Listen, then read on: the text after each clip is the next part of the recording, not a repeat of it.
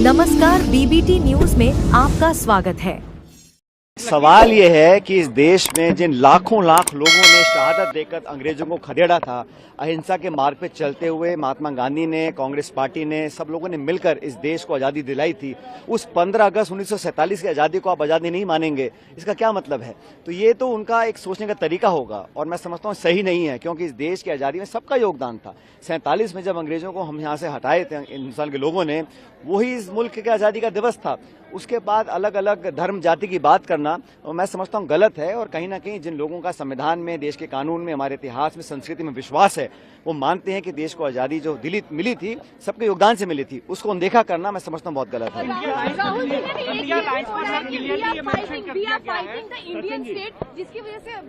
देखिए, आप सब जानते हैं संवैधानिक संस्थाओं को नीतिगत तरीके से जो कमजोर करने का काम केंद्र सरकार कर रही है, जो विश्वसनीयता होनी चाहिए निर्वाचन आयोग की, संस्थानों की, उसमें कमी आ रही है। तो हम चाहते हैं कि पारदर्शिता हो और जवाबदेही तय हो। अगर हम लोग को सवाल पूछते हैं सदन के अंदर, सदन के बाहर, उसके जवाब मिलने चाहिए। तो जो संस्थाएं हैं उनको निष्पक्ष, ट्रांसपेरेंट और क्रेडिबल होना पड़ेगा, और हम लोग अपना संघर्ष जारी रखेंगे सड़कों पे, सदन के अंदर।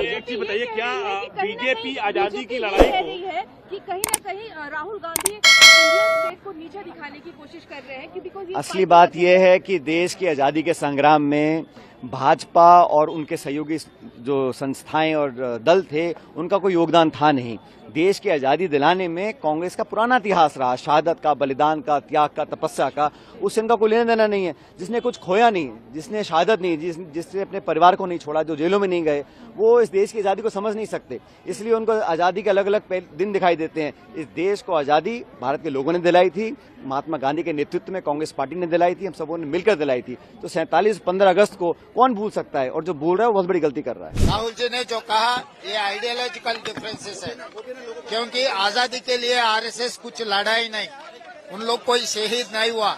इसीलिए देश को जो स्वतंत्र मिला वो आरएसएस पहचानने के लिए राजी नहीं है। इसीलिए वो लोग जो आजादी के बारे में कुछ कहने के लिए, तारीफ करने के लिए तैयार नहीं है। तो उनका एक्चुअल आइडियोलॉजी वही है, मोहन भागवत जी ने वही ने कहा। इसीलिए राहुल गांधी जी ने ये कहा, आपको आजादी से कोई लेना देना नहीं है।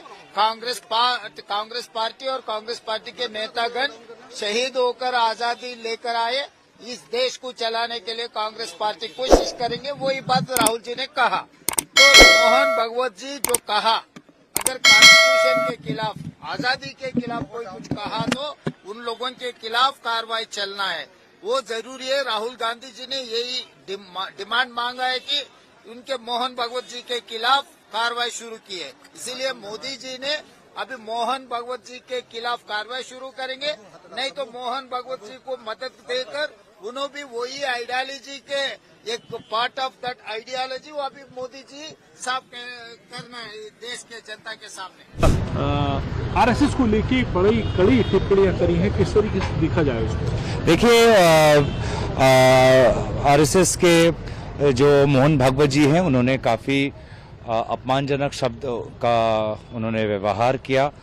भारत के स्वतंत्रता संग्राम के साथ भारत के वो हजारों शहीद देश के हर कोने में जिन्होंने भारत के स्वतंत्रता के लिए अपनी जीवन की शहादत दी, उनका अपमान किया। और कहीं न कहीं भगवान राम का भी इस प्रकार से उन्होंने जो टिप्पणी दी, कहीं न कहीं श्री भगवान राम का भी उन्होंने निरादर किया। और इसीलिए इस टिप्पणी की निंदा हम पूरी पार्टी और पूरे देश को करनी चाहिए। ये बड़ा दुर्भाग्यपूर्ण है, और बीजेपी का चाल चरित्र चेहरा, जो लोग चाल चरित्र चेहरे का नारा देते थे, उनका चेहरा सामने आ रहा है। बेटी बचाओ की जो बात करते थे, बेटी बचाओ बेटी पढ़ाओ, ऐसा लग रहा है कि भाजपा नेताओं से ही बेटियों को बचाओ। और जिस तरह की बातें आ रही हैं निकलकर, हमारी मांग है कि इसकी जांच हो, उच्च स्तरीय जांच हो, क्योंकि मामला सरकारी नौकरी के बदले दुष्कर्म का मामला भी है, जो एफआईआर दर्ज हुई है।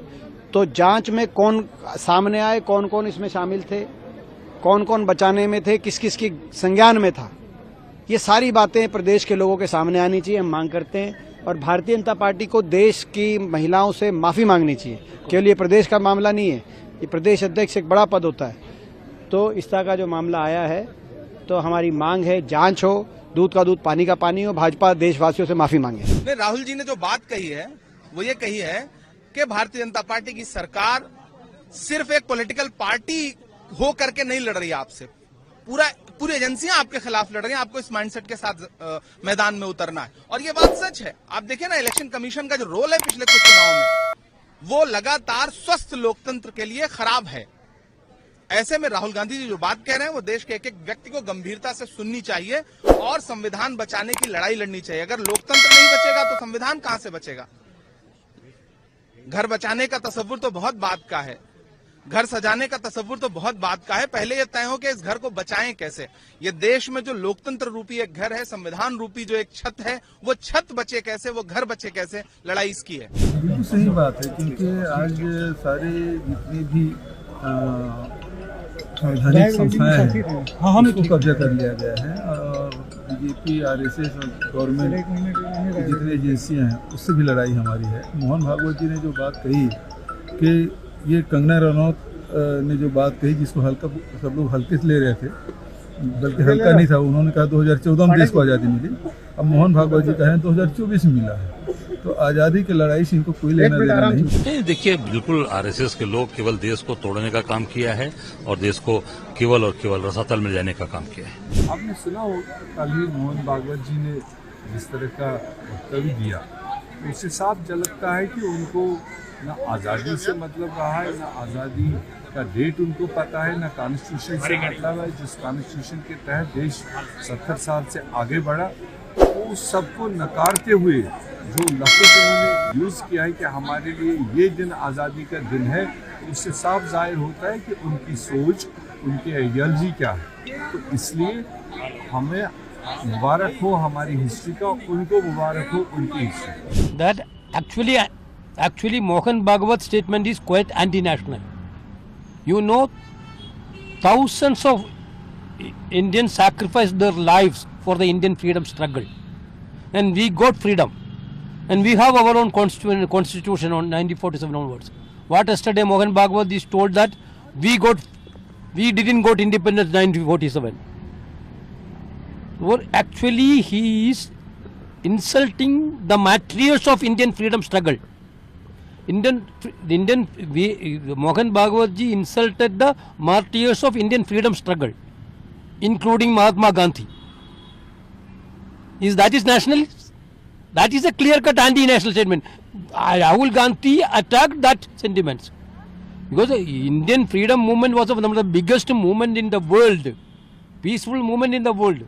That's why we got freedom of this country. These people are telling that point out we didn't got freedom because they didn't participate in any freedom struggle.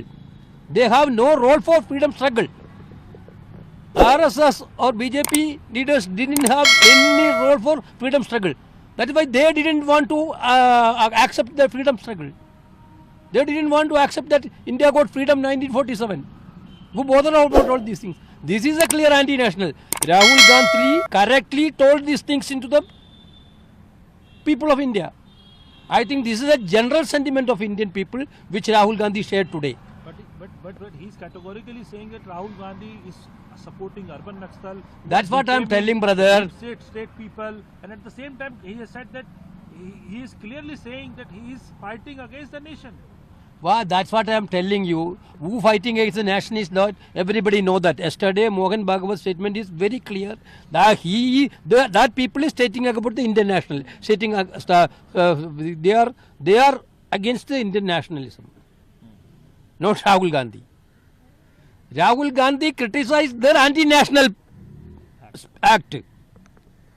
Once Rahul Gandhi is criticizing their anti-national act, it is quite interesting things that they are telling Rahul Gandhi is supporting urban Naxal. They didn't have anything to say. We are going to take all these issues to the people of this country because we cannot accept this statement at all. This is totally an insult to the Indian community, Indian people and the martyrs of Indian freedom struggle. So we are not going to accept it at all. Certainly. This is a very historic day for the Congress party. 100 years after Mahatma Gandhi ji taking over the leadership of the Indian National Congress for the freedom struggle, this office has been dedicated in the name of Srimati Indira Gandhi. This is called the Indira Gandhi Bhavan. This is not only a Congress office. This is a temple for all congressmen in the country who saved this, who gave independence and saved democracy. So, in every floor, from the history from 1988-85 till 2005, every important pictures also has been shown like an exhibition. We have a separate meeting hall for all the frontal organizations, the working committee, general secretaries, and everything has been accommodated, and offices for the two LOPs also, including the chairpersons. Everything offices has been provided here. A unique office has been built. So it will be a monumental building for the entire country. So a message has been given by my ACC president to build offices like such type, even in a small way throughout the country. As far as Karnataka is concerned, we have got a direction to build 100 Congress office in 100 years of Gandhiji's celebration. We are already on the job. Next year we wanted to, next month we wanted to lay the foundation. So we are very proud to be on this moment after this Makara Sankranti, on this auspicious day. Srimati Sonia Gandhi, in the august presence of Mallikarjun Kharge and Rahul ji, she has inaugurated this building. Sir, today Rahul Gandhi clearly attacked on RSS. Beautifully he presented. Why? What is the reason? What is the issue of the state? What they have spoken. So his message is commendable. I think it is a very historic speech which he delivered today. We are so happy on this. This is a wonderful building. We have been trying to make this as a success for the last 15 years. Sonia Madam ji started this to make a wonder. Now, at the time of Kharge ji, we have completed this. We are very happy to see that Madam Sonia ji inaugurated our building. And we are all proud. All the Congress workers and leaders across the nation are proud that we have a very good headquarters in the capital city. Sir, Mohan Bhagwatji's statement was also discussed today that when he said that India got independence when after the Ram Mandir. That the RSS and the Sangha Parivar has been making a point that they are against the idea of India. They didn't have a legacy of the freedom movement. They never participated in the freedom movement. So many martyrs were there in the freedom movement. And thousands of people tried together on shoulder to shoulder, irrespective of their community, to fight against the British. And the Sangha Parivar was not in that movement. So they are not the part of idea of India. As Rahul ji said in this meeting, there are two ideas in India. One is the idea of India. The Congress is following that ideology. Unfortunately, the Sangha Parivar is following an ideology which is making split among the people. And they are capitalizing, exploiting the split among the people. And they are campaigning, their hatred campaign is going on. When they are trying to make division among the people, we are trying to